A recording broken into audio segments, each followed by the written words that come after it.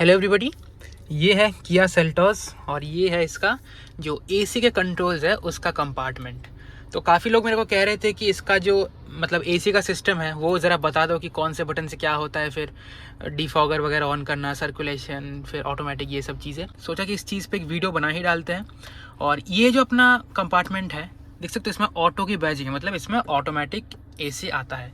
तो ये आपको सिर्फ अगर आप मैनुअल लेते हो तो HTX वेरिएंट से मिलना स्टार्ट होता है, बट अगर आप IMT लेते हो तो आपको HTK प्लस IMT से ये मिलना स्टार्ट हो जाता है। ठीक है, तो सबसे पहले आप ज़रा इसकी डिस्प्ले देख लो। ये ना बहुत ही ज़्यादा प्रीमियम लगता है, स्पेशली इसका किया सेल्टोस का और इवन जो क्रेटा का है, दोनों का बहुत ही ये प्रीमियम लगता है। हर एक बटन्स की आप क्वालिटी देख लो, मतलब बिल्कुल ही आपको टॉप नॉच क्वालिटी मिलती है। हर एक बटन को आप दबाओ, देखो कहीं से भी कोई ऑड सा चीज़ आपको नहीं लगता, बिल्कुल ये बहुत ही स्मूथ सोबर सा ये लगता है। और इसका जो स्क्रीन है, इसका रेजोल्यूशन भी बहुत क्लियर है, फॉन्ट वगैरह वो भी मैं आपको अभी दिखा दूंगा। तो सबसे पहले आप देख लो, ये है इसकी डिस्प्ले, यहाँ पे आती है, ये है एसी का बटन। ठीक है, ये जो आप दो पंखे देख सकते हो, एक छोटी सी एक बड़ी सी, इसका मतलब है फैन स्पीड इससे इंक्रीज होता है, इससे डिक्रीज होता है। इसको देखो, दबा दिया, ये फैन स्पीड इसको इंडिकेट करता है। ये इंडिकेट करता है अभी टेम्परेचर कितना सेट है, और ये एयर की पोजीशनिंग, मतलब ये देखो यहाँ से आ रहा है, मतलब बीचों बीच, मतलब ये जो वेंट्स है 1 2 3 4, इन वेंट से हवा फेंक रही है, और अपने यहाँ पे पीछे भी एसी वेंट है।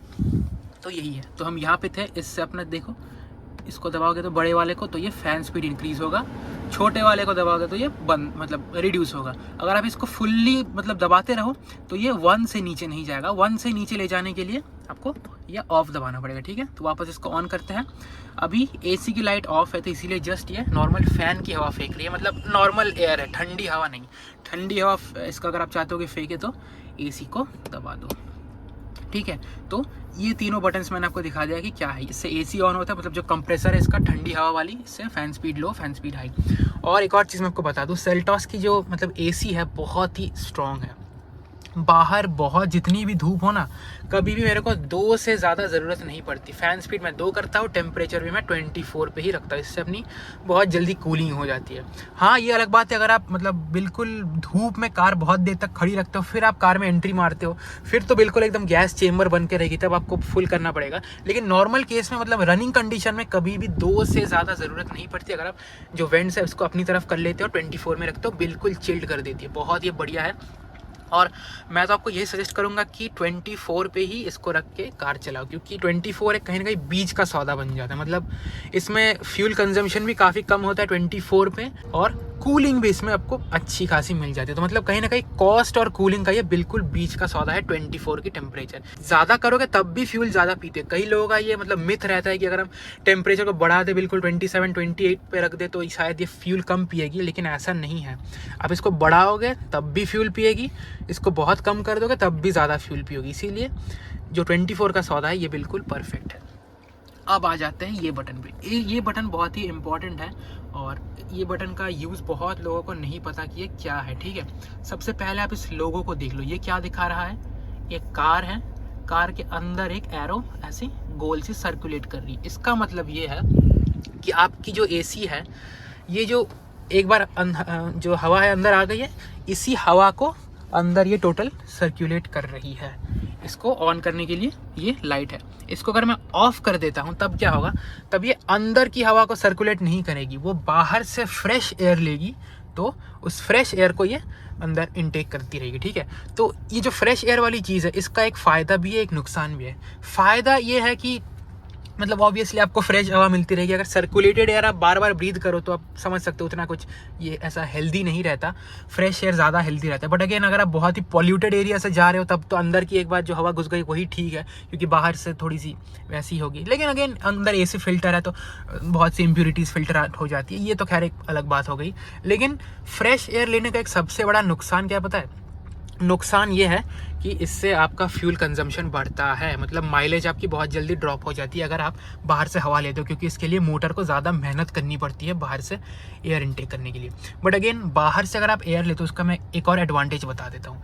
कार के मैनुअल में लिखा है, अगर आप इसको सर्कुलेशन को ज़्यादा देर तक ऑन रखते हो, मतलब वो सेम हवा जो अंदर सर्कुलेट होती है उसी को आप ब्रीथ करते हो ना, तो कुछ देर बाद अगर आप लॉन्ग ड्राइव पर चलते हो हाईवे वगैरह पे, तो आपको थोड़ी सी ड्राउजीनेस या फिर स्लीपीनेस फील होती है, मतलब थोड़ी सी नींद वगैरह आ सकती है। तो उस चीज़ का भी आप ध्यान रख लो, इसीलिए टाइम बाय टाइम थोड़ी देर मतलब इसको ऐसे स्विच करते रहो, कुछ देर बाद फ्रेश एयर ले लो, फिर इसको सर्कुलेट कर दो, फिर आपको मतलब टोटल बैलेंस सिस्टम मिलेगा। अब आ जाते हैं ये मोड पे, ये है अपना मोड सिलेक्टर। अभी देखो यहाँ पे एरो है, मतलब इनवेंट से हवा आ रही है। इसको अगर मैं यहाँ पे कर दूँ, देखो डबल फ्लिक मार रही है, एक बीच से आ रही है, एक नीचे से। इसका मतलब यहाँ से भी हवा आएगी और पैरों से भी हवा आएगी। मतलब यहाँ पे अपने कुछ होते हैं वेंट्स, यहाँ पे बिल्कुल एग्जैक्ट यहाँ पे, तो यहाँ से भी ये हवा आ रही है। इससे क्या होता है, जो एयर की इंटेंसिटी है वो डिवाइड हो जाती है। मतलब अगर आप सिर्फ इस वेंट्स पे रखते हो तो फुल स्ट्रॉन्ग फ्लो यहाँ पे आती है, बट ऐसे डबल करते हो तो 50% यहाँ से आती है, 50% यहाँ से। इसका मेन फ़ायदा यही है कि अगर आपकी मतलब पैर वगैरह थोड़ी सी गीली हो गई तो जल्दी से सूख जाएगी, ऐसा कुछ आप मान लो, बट वैसा इसका कुछ ज़्यादा यूज़ तो नहीं है। नेक्स्ट मोड सिर्फ डाउन, मतलब यहाँ से एयर अभी कम्प्लीटली ऑफ हो चुकी है। ये जो वेंट्स है सामने से, यहाँ से अभी तक कोई हवा नहीं आ रही, बिल्कुल मैं हाथ रख रहा हूँ, जस्ट अपने पैरों पे यहाँ से ही हवा आ रही है। ठीक है, वापस दबा देता हूँ, अभी पैरों पे भी आ रही है, और जो डिफॉगर है सामने का, ये देख लो, यहाँ से भी हवा आ रही है। यहाँ पे क्या है, अब पता नहीं आपको दिख रहा होगा कि नहीं, ये आप देख सकते हो, यहाँ पे ये छोटे छोटे वेंट्स, यहाँ से लेके फुल यहाँ तक ये वेंट्स है। इसका यही यूज़ है कि कभी कभी आप जब आप बरसात में चलते हो, आपके शीशे टोटली अप होते हैं, तब क्या होता है, अंदर से ये ग्लास जो है थोड़ा सा फॉगी हो जाता है, आपको बार बार अंदर से कपड़ा लगा के साफ़ करना पड़ता है। तो उसी चीज़ को मिटाने के लिए ये डिफॉगर का फंक्शन है, ये जो आप बटन देख सकते हो। इससे क्या है, यहाँ से ये हवा फेंकेगी तो ये तुरंत जो फॉग है वो क्लियर हो जाएगी। और मैं आपको सजेस्ट यही करूँगा कि जब आप डिफॉगर चलाते हो तब इस एसी की जो टेम्परेचर, इसको बिल्कुल हाई कर दो। मतलब बिल्कुल जो गर्मी है ना, वो गर्म हवा जितना जल्दी ये फेंकेगी, विद इन 2-3 सेकेंड्स ये टोटल क्लियर कर देगी। अगर आप गर्म हवा फेंकते हो तो इस चीज़ का भी आप ध्यान रख लो। वापस से दबा दिया तो अगेन बैक टू नॉर्मल, मतलब अपना जो एसी वेंट्स है इन्हीं पे रखते हैं इसको, जो अपना नॉर्मल केस है। ठीक है, ये है बटन रियर डिफॉगर का। तो पीछे वाला जो विंडशील्ड है आप ज़रा देख लो, आपको विंडशील्ड पे ज़रा एक सेकंड को फोकस मार लेते हैं। विंडशील्ड पे हो गई है फोकस।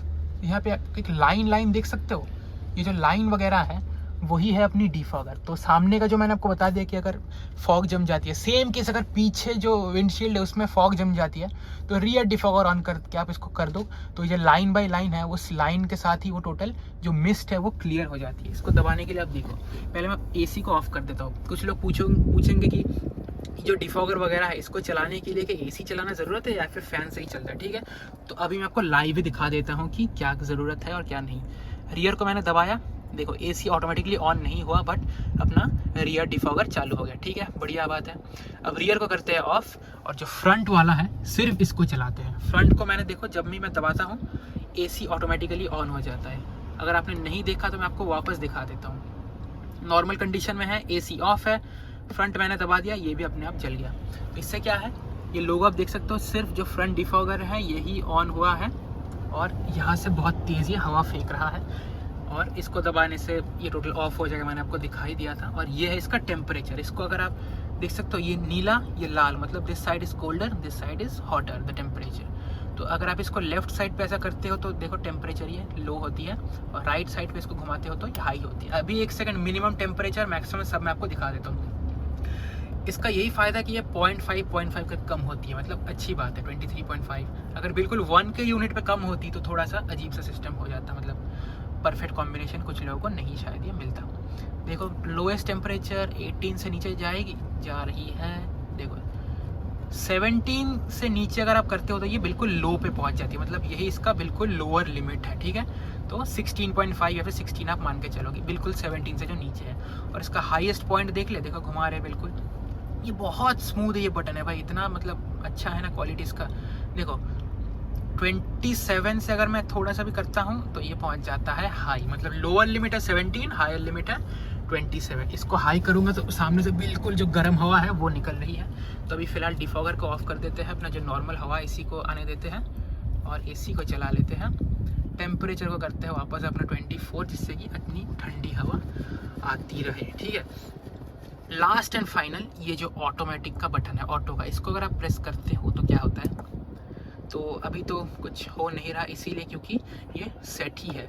तो जनरली क्या है, इसको 1 सेकंड ज़रा ऑफ ही कर देते तब मैं आपको दिखाता हूँ। इससे ये है कि ये ऑटोमेटिकली जो टेम्परेचर है सेट कर देता है, जिससे कि आपको बढ़िया कूलिंग मिले। ऑटोमेटिकली फ़ैन स्पीड भी ये सेट कर देता है। देखो इसको मैं ऑफ से ऑटोमेटिक पे दबा रहा हूँ, टेम्परेचर इसने 24 पे सेट किया है और फैन स्पीड इसने 1 पे ही रखा है, क्योंकि बाहर जो टेम्परेचर अभी 33 है। तो इस यूनिट को समझ में आ चुका है कि 24 की temperature with fan speed 1 is enough to cool down the entire car. अगर मैं टेम्परेचर को ज़रा कम कर देता हूँ, ठीक है, 18 पे रखता हूँ, तो देखा मैंने फ़ैन स्पीड नहीं बढ़ाया अपने आप, लेकिन सिंस ये ऑटो पे है ये फ़ैन स्पीड ये 4 पे पहुँच चुका है, क्योंकि इसको पता चल गया है कि 18 की जो कूलिंग है उसको पहुंचाने के लिए फ़ैन स्पीड को 4 में होना ज़रूरी है जल्दी जल्दी, ताकि ये जल्दी जल्दी कूल हो जाए। ठीक है, तो वापस अगर मैं टेम्परेचर बढ़ा, देखो मैं इसको बिल्कुल नहीं छेड़ूंगा फ़ैन स्पीड, ये मैं जस्ट टेम्परेचर को बढ़ा रहा हूँ। इसको आप देखना 4 से ये देखो 2 पे पहुँच गई, 24 करूँगा तो ये 1 पे पहुँच गई। तो मतलब ऑटोमेटिकली ये क्या है कि आप टेम्परेचर सेट करते रहो, ये ऑटोमेटिकली उस टेम्परेचर को मेंटेन करने के लिए फ़ैन स्पीड भी खुद सेट कर देगी। तो यही एक वीडियो बना दिया मैंने कि ये बटन्स का क्या यूज़ है। तो मेरे हिसाब से काफ़ी ये बढ़िया सिस्टम है, काफ़ी इजी टू यूज़ है। देखो कोई अटरम शटरम अजीब से बटन्स नहीं है, काफ़ी लेजिबल फ़ॉन्ट से आप देख के समझ जाओगे कि इसका क्या यूज़ है क्या नहीं है। और सबसे बढ़िया तो जो कार का मैनुअल आता है उसी को आप पढ़ लो, उसको पढ़ लोगे तो आप खुद ही एक्सपर्ट बन जाओगे। तो यही चीज़ है। वैसे ओवरऑल फीचर तो कोई दिक्कत की बात नहीं है, एसी भी बढ़िया है, अपना एयर प्यूरीफायर वगैरह भी है, रियर एसी वेंट भी है, सब कुछ ठीक है। लेकिन अगर एक और चीज़ अगर ये लोग दे देते कि डुअल जोन क्लाइमेट कंट्रोल, मतलब इस साइड का अलग उस साइड का अलग, क्योंकि कुछ पैसेंजर को शायद, मेरे को आज गर्मी लग रही है, इस भाई को सर्दी लग रही है, तो इसने अपने हिसाब से कम कर दिया है, फिर मेरे को गर्मी ज़्यादा लग रही है, तो उस जैसे ये कॉन्फ्लिक्ट ना हो इसीलिए डुअल जोन देना चाहिए था, जो कि इससे लोअर बजट कार्स मतलब XUV 300 वगैरह में भी आती है, तो वो दे दे तो मज़ा आ जाता। बट अगेन कोई मेजर दिक्कत नहीं है, क्योंकि जो है काफ़ी सही है और अच्छी है। तो अगर आपको ये वीडियो इन्फॉर्मेटिव लगा हो तो आप इसको लाइक करना और ऐसी वीडियोज़ देखने के लिए चैनल पर सब्सक्राइब भी कर देना।